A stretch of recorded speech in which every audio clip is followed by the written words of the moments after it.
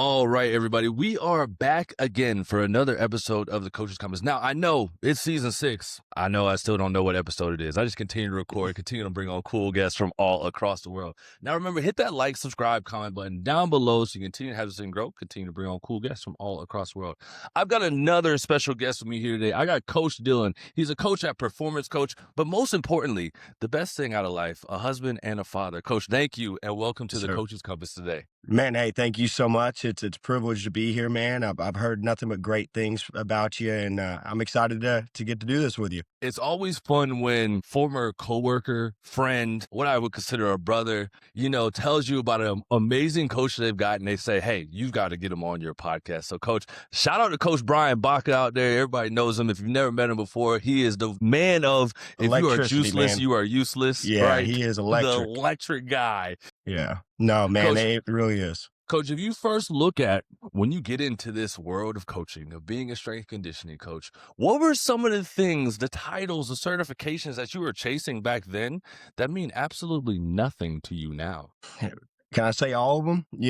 It really is. I think the credentials are really good initially to say that you've done the groundwork to be able to lay a foundation of understanding of basic anatomy and physiology, periodization principles, stuff like that. But I really do think, what really is going to drive your performance and your success is just going to be the continuing education, and not even just in the realm of strength conditioning. It's in the realm of leadership. It's your ability to bring enthusiasm, you know what I mean? And be the reflection of what you want to see. So I really do think that it's a good starting point, but to say that that's the reason why I'm successful or any other coach is successful in the long term, I think would be a reach, So I really do think that it comes down to what you do with that certification after you get it. You know what I mean? Yeah. I mean, that's hard for, some of the younger coaches when they first come into this field, right? To understand that 100%. Yeah, great. It's that you do need to study, right? You do need to get that certification and everything. But I think the best thing, because I watch what you guys do over at Performance Coach course,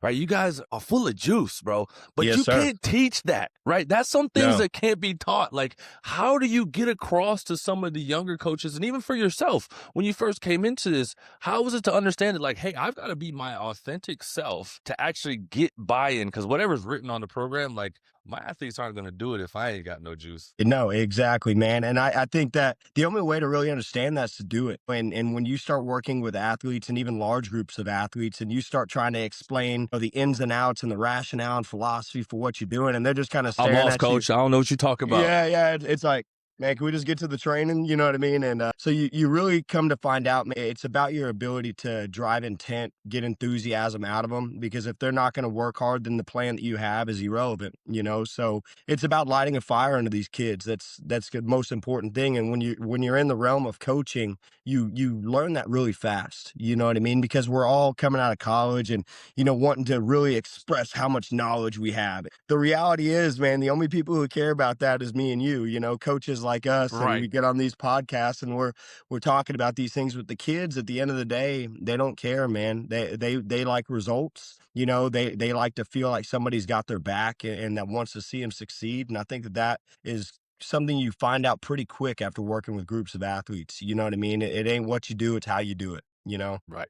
That's 100% true, because we can get on here, we can talk X's and O's, and we can talk about how the programming goes, but the 100%. real stuff is the journey to how you got to where you're at now. Coach, Exactly. How did you get in this? Because from what I hear from Bacchus, you're the guy. You're the man over there writing the programming and stuff. So how did you navigate yourself to that spot, and what's the pressure like to be in that position? Yeah, man, it really is. It's just a blessing. That's all I can say. I've been fortunate enough to have a lot of really awesome people and coaches and mentors in my life that have grown me, challenged me, and given me opportunities. But what I could say, man, is it was about graduating high school, and I was getting experience as an 18-year-old as a coach, here at Performance Course. So it's something where, at a very young age, I was able to kind of find my identity and work under people who had been doing it much longer than me and at a level, that I can only dream about reaching, so it's a lot of what I can say about my growth in this field, man, has just been to be a sponge, and to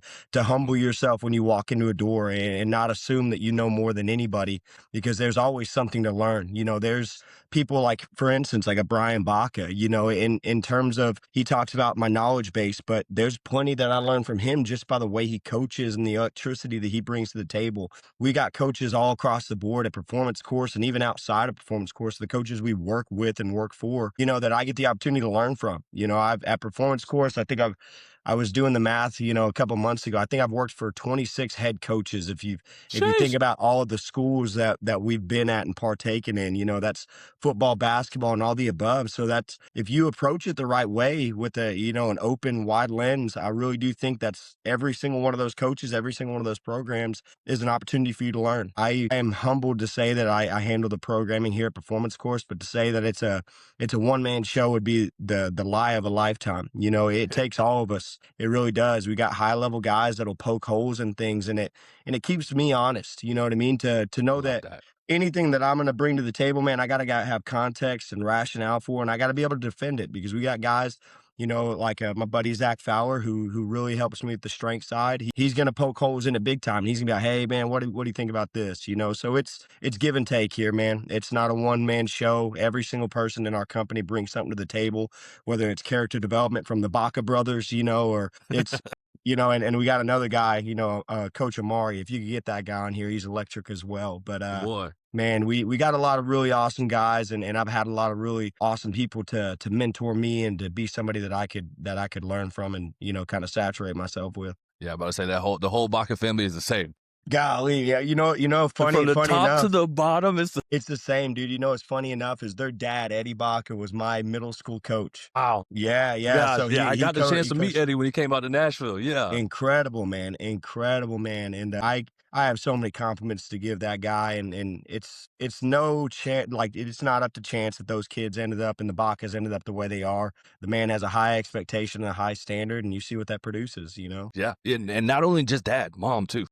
Yes, yes, definitely. No, yeah, that's a really good point. A really good Yeah. point. But you talk about, people coming in and poking holes in your programming, working with multiple different coaches, not only just the performance coach side. You've got 26 head coaches that you talked about you working with. Mhm. How hard was it to kind of drop the ego and the pride? Because we're in a field, right, where Yeah. you got to have a lot of confidence, right? You got Yep. to have a little bit of pride in what you're doing, but you also got to, like you talk about, the humbleness to be able to drop that ego and the pride and be like, hey, I might not know it all, right? Yeah. Can somebody look over this and tell me, hey, what might work better maybe for the basketball team or for the swimming? And then what's going to work best for a football team? And maybe you're in different demographics, right? Yeah. How do you set it aside and just be able to say, like, yeah, I need help. I need somebody to look over this. Yeah. Well, I think a lot of it, when it comes down to the periodization, the breakdown of the training and stuff, it really comes down to the coach that you're working for. You need to have a meeting with them. You need to understand, hey, what are some things that you want me to hit on? Because it doesn't just all need to be perfect layout of the training. And a lot of what I believe in strength conditioning is that you're a culture developer. So a lot of having those conversations allows you to have a wider lens than I'm not just supposed to be here making them bigger, faster, stronger.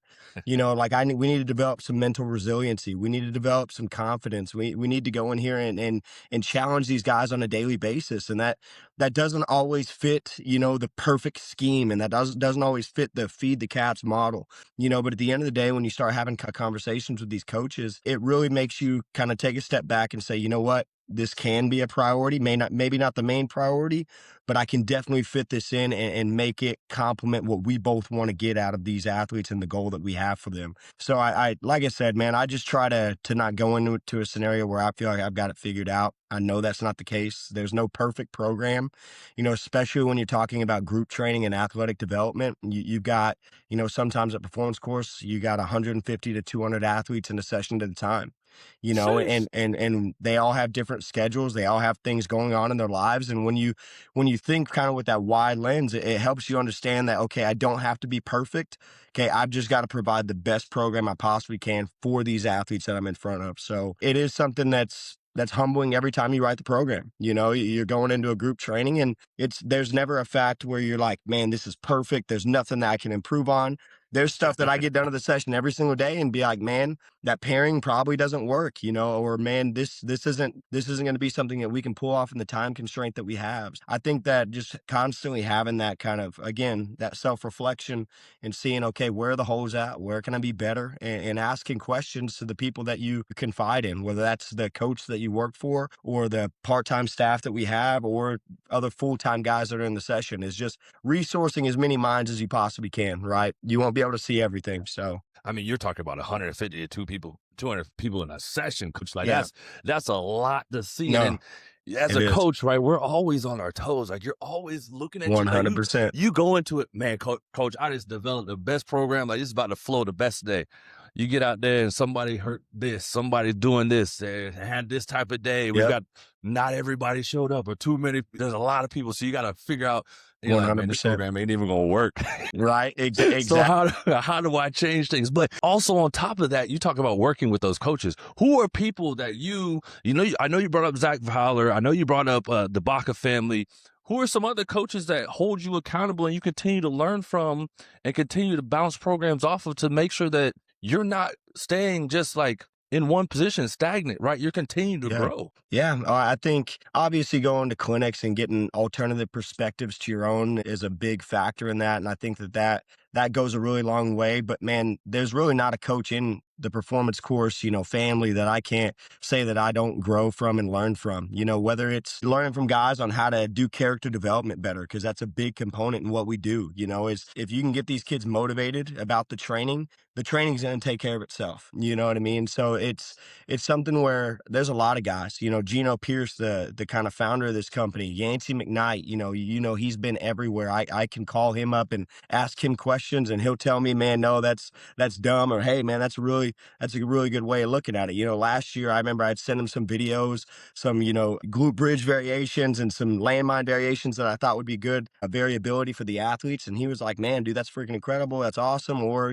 that's stupid. I don't know if we can make that work, So, Gino Pierce, Yancey McKnight, Jeremiah Chapman, dude, there's people who have been doing it longer and better than me. And I'm just trying to live up to the standard that they've kind of set for us, I love that, right? There's a high standard. There's a high bar set. 100%. And if you look at that resume and your career and everything, what's a win that won't show up on your resume that maybe people don't even know about or haven't heard about? And you're like, man, I really wish more people knew about this. Yeah, man, there's too many to name. There's organizations that I was a part of in college.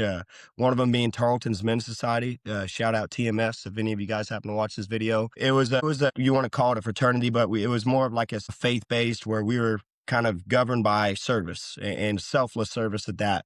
We did trash pickup on Sundays for the dorm rooms in the university. We went to Faith Fields on Mondays, went to the nursing home on Tuesday, and so it was an environment that kept my lens and my focus narrow. And I can't, I think being a part of an organization, a team, a group of guys, a tribe, if you want to call it that keeps you on the narrow path is something that you need not only, as a college kid or college athlete, but the rest of your life, is finding groups of people who want to better you and that want to challenge you is something that, I will never show up on a resume. You know what I mean? All of these credentials and all these things that I did was typically because someone challenged me to do it. I asked a question. They are like, hey man, you need to go do this. Like my high school strength coach, another guy I can mention, Mac Acuna, he was my high school strength coach at Northwest. And now he's our director of all of Austin right now. But he's the one who got me to work as an 18-year-old at Boswell High School. I worked for him at PC and I fell in love immediately, and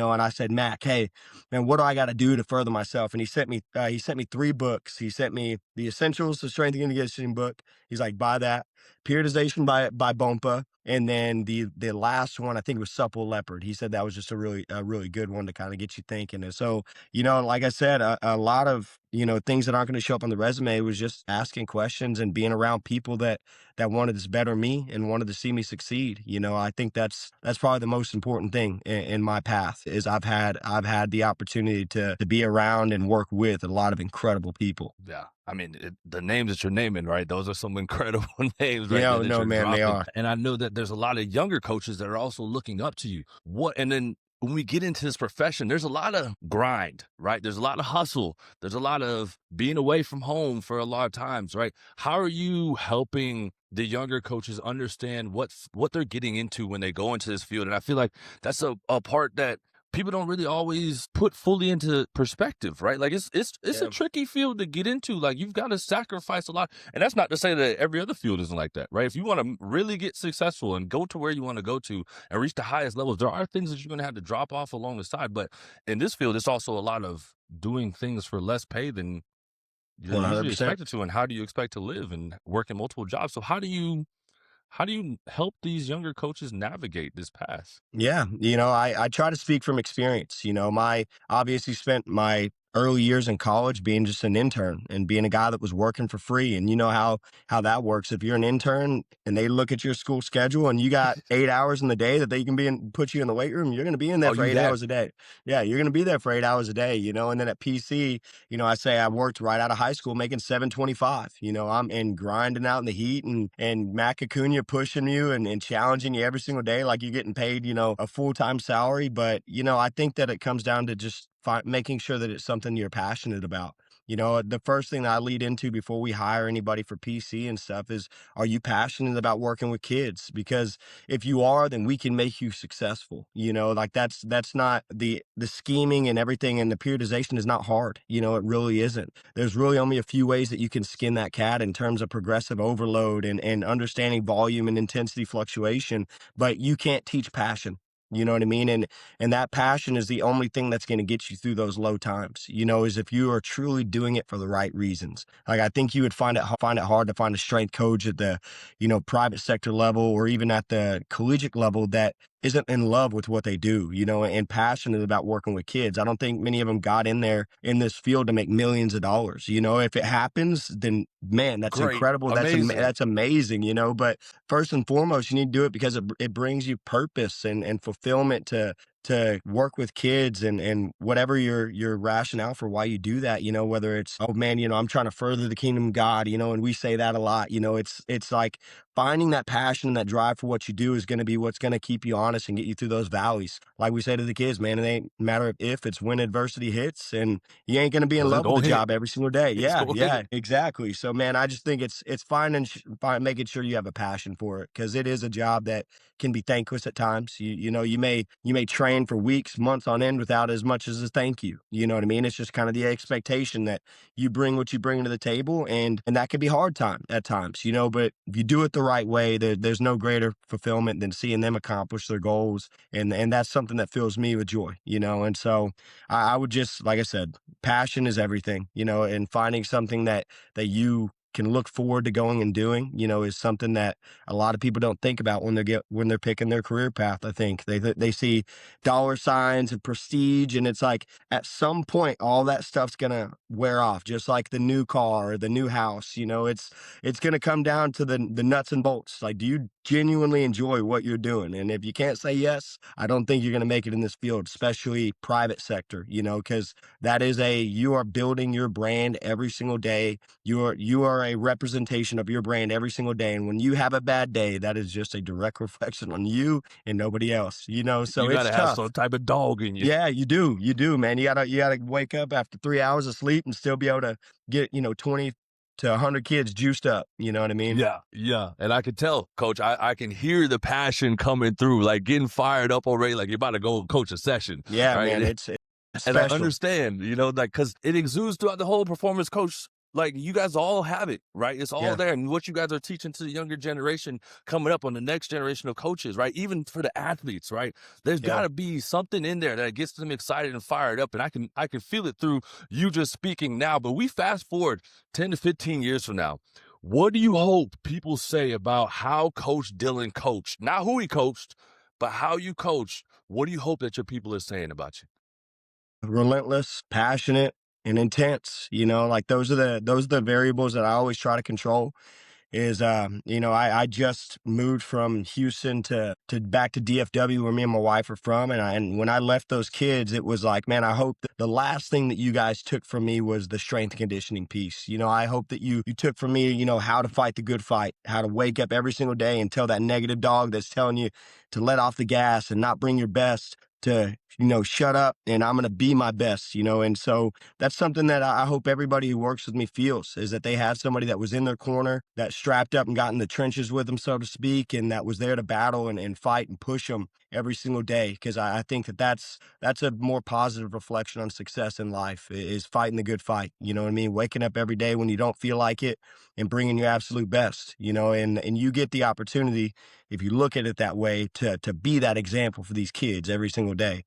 And so that's something that I'm very passionate about, and something that I want every kid and every athlete that we work with to feel, is like damn, like this dude's in here every set, every rep, juiced up. Like, man, you would think he was working out with me or getting something out of this. You know what I mean? But like I said, I'm a reflection of the guys who poured into me, and I'm just trying to pay it forward. I love it, Coach, man. I want to say thank you, man, so much for coming on today and keeping it real. And like I said, being fully juiced up, right? Yeah, Because that's man. that. No, Like it's I it's expected nothing special. less of it. But the second we got on here, I was like, hey, this guy's full of juice, and like, he gonna make me ready to run through a wall too. So, Coach, thank you so much for your time today. No, man, I appreciate you, man, and I've heard nothing but great things from Brian about you, and I think doing your podcast and putting out all the content that you put out, man, is incredible. And we need more guys like you that are focused on the right things. Everybody wants to talk about this method, feed the cats this and all this other stuff. And the reality is, man, is if you can't get kids excited about training, and you can't get them excited about going and working for the goals that they have, then I think that you're really focused in the wrong area. Not everybody's got that intrinsic motivation. So you gotta learn how to light a fire and then stoke that thing. Man, it's a blessing to get the opportunity to be on here, man. I thank you so much. Yes, sir. And we're out. All right, man.